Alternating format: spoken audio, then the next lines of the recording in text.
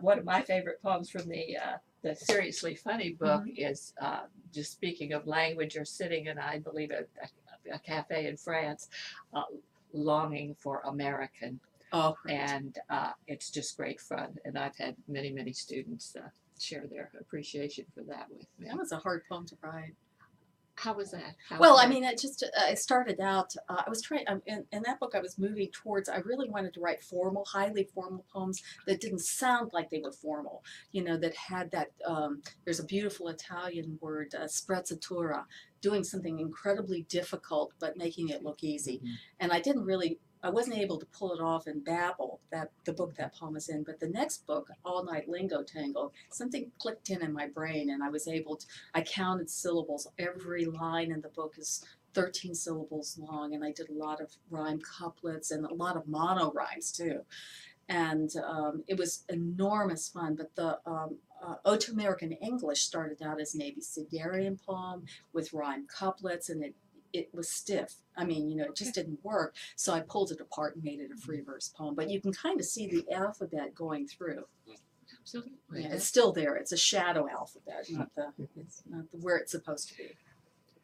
Which I noticed you had a series of 6 sonnets in Bird Odyssey. Yes, ma'am. And that didn't strike me as something that you sort of typically do. And I just finished rereading the Odyssey, and I just found it a delightful and, of course, quirky overview. Did you set out to write 6 sonnets, or were you headed for a crown and you fell short, or No, what's the story? No, really, there's so much hubris involved in it. When I was getting ready for the project, I read all of these translations of the Odyssey, and one of the things I kept coming back to over and over again is that the women were fabulous, but they were kind of shortchanged, you know. And I thought, I want to give these women voices, and I want to give them a voice that has more agency in it than I think is what I wanted to do. But there were 6 big women, and I'd already written my Athena ode, so I didn't want to get into Athena, but there were 6 women characters, and I thought, oh, let me see if I can retell their stories, the real story.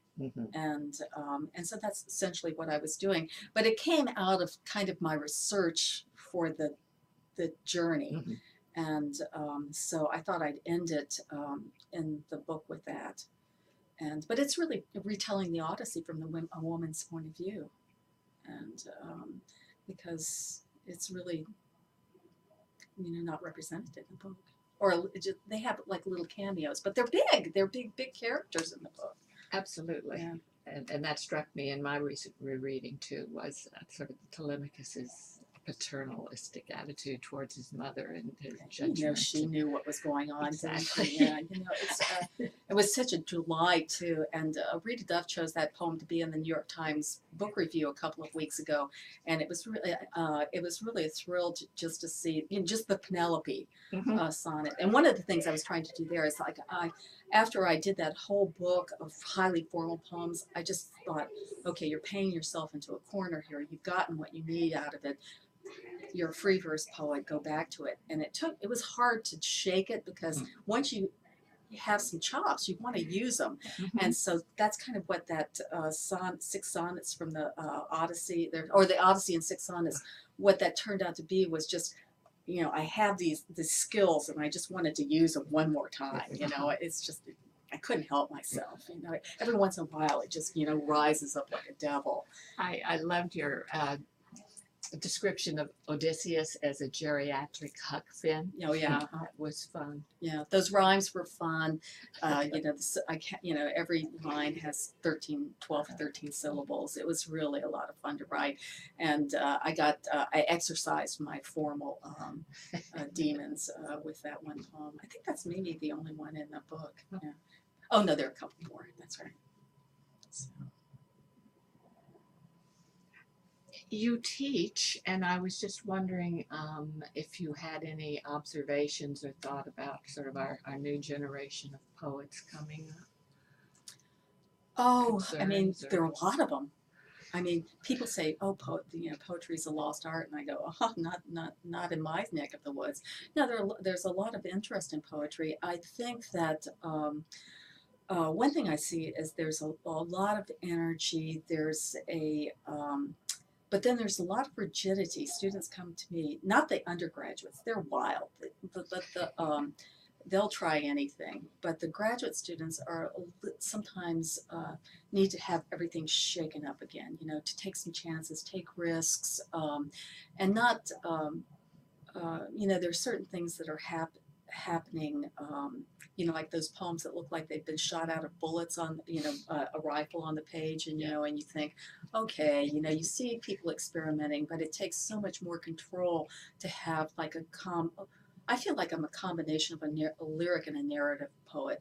The Elvis and Tolstoy poem, of course, is very narrative, and it really works well in readings, but, I do, very highly lyric poems too. But, mixing that up, seeing, combinations of lyric and narrative, but it's not that easy to do. It took me a long time to, to get control over that. And I think a lot of my students aren't giving themselves time. They get in programs and they push themselves, and, they're so hard on themselves. So many of them are so anxious, and you shouldn't be anxious about something as beautiful as poetry. Although, of course, you have to have an edge to be able to make yourself write certain things. But they're beautiful.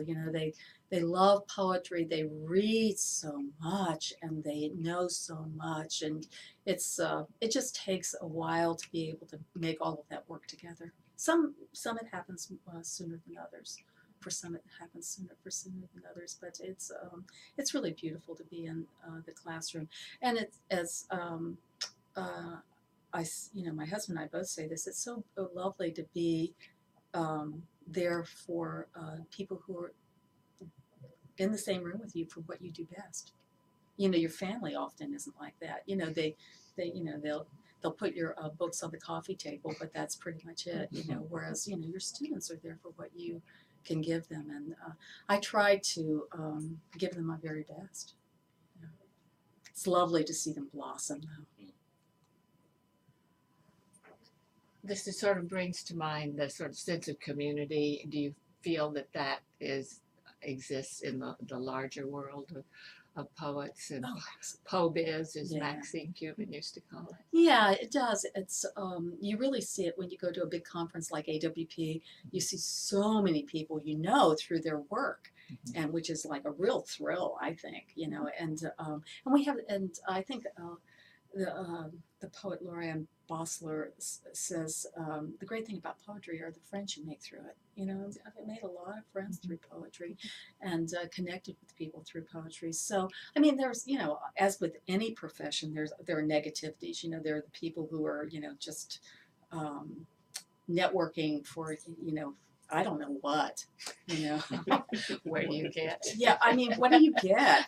It's just like, that kind of naked ambition for what? It's like, I don't get it. But and I know I was talking to a student recently, and she said, how do I network when my book comes out? Because she had her book taken. And I said, well, just make the contacts you can, and I said, it's really a cumulative thing. Your first book comes out, and then but you should be working on, still working on another one, and I said, nothing good has happened to me in my career except through my work. And I said, that's where your attention should be. That's where you should be centered, is in your work, not who you can, who or who, the contacts you can make. And she said, oh, thank you for telling me that. She said, I've been so worried, And so it's, and that wasn't a problem when I started out. I think maybe being a woman has been really good, because I never expected to have a career in poetry. I mean, I just didn't. I mean, I thought this was T.S. Eliot, right, who had a career, was a poet, right? Or Allen Ginsberg was a poet, but, not the likes of me, a girl who got a dictionary in the 4th grade and thought, will I ever be able to know all of these words? And so, I mean, everything that's happened to me has been a surprise, and, it's delightful. just surprised. So I'm still kind of pinching myself. I can't believe it. Yeah. But I think that, I know with my students, I never have to tell my male students to be ambitious for themselves. But I have to tell all of my female students, you know, be ambitious for yourself. You know, you have to, for your work, you know, to make it just as good as you can. You know, that's, you know, where your attention should be. So.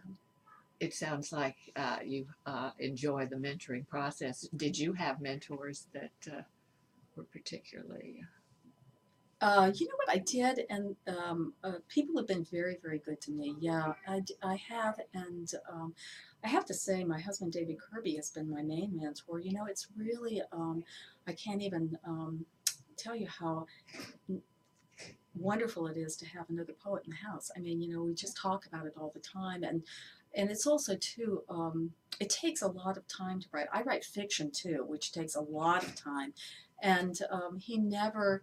When I say I've got to go and work on my story, I've got to go and work on my poems, he never says, "Oh, you know, no, you can't. You know, we've got to do this. We've got to this date." I mean, we've dumped concert tickets. We've canceled engagements, because of that. So it's really great to live with another writer because you never have to explain what you're doing. He knows, and as I've said, he's gone along with me on all of these journeys. You know, he's really open to that.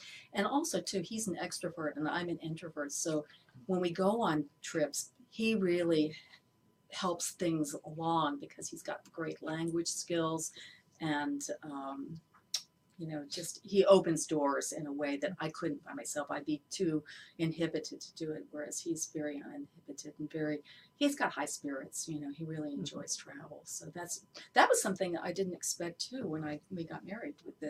I mean, I didn't know that he liked to travel as much as I do. So, and we've kind of egged each other on there. So it's been kind of a lovely process of each of us, helping the other. We read each other's work. It's kind of an ongoing mentoring. Fantastic. Yeah, that's very nice. What is next on your agenda? Oh gosh, Or is it a surprise still? No, I've almost finished a new book. I've got this one took a long time to kind of come together, and the first poem in the book is one that I just wrote last year. I mean, I'd already sent the book to Pittsburgh. I didn't know what to do, and I knew I needed a big opening poem. And finally, I wrote it and sent it to them after they'd already taken the book. So I've been working on new poems, and my next book is all odes. And because I've been writing odes for a long time, and the ode is a poem of praise. And so it's when I first started writing odes I think in my first book I had some odes. They were a kind of combination of Keats and Neruda, two of my favorite poets. Mm-hmm. Keats I love for the music. He has long lines, musical lines. And in fact, I'm teaching a class in the ode next semester, and my students we're going to memorize Keats' Ode to a Nightingale. I've had students do that before. It's a wonderful, you really incorporate a poem into your DNA when you memorize it. And Keats's Nightingale Ode is just beautiful. But then I love Neruda's odes on ordinary things. And so my first odes were kind of a mix-up of that. I call it a mashup. Or what I like to say is it's a threesome between me and Keats and Neruda. So, but then as soon as I wrote my first odes, I thought, oh, I'd like to know more about them. And so I started reading Pindar and Horace and, just kind of steeping myself in the history of the ode. So this new book is called Holo Holo, which is, I grew up in Hawaii. My dad was in the Air Force, and I grew up in Honolulu, and Holo Holo is the Hawaiian word for walking out for fun, to go on a trip with no intention. Mm-hmm. So, and I love that idea. In Hawaii, they say, let's go holo holo. Just, walk out and look for fun, or just walk out. So that's the new book is Holo Holo. And I think I've got I still need to tinker with it for a couple of years. Yeah.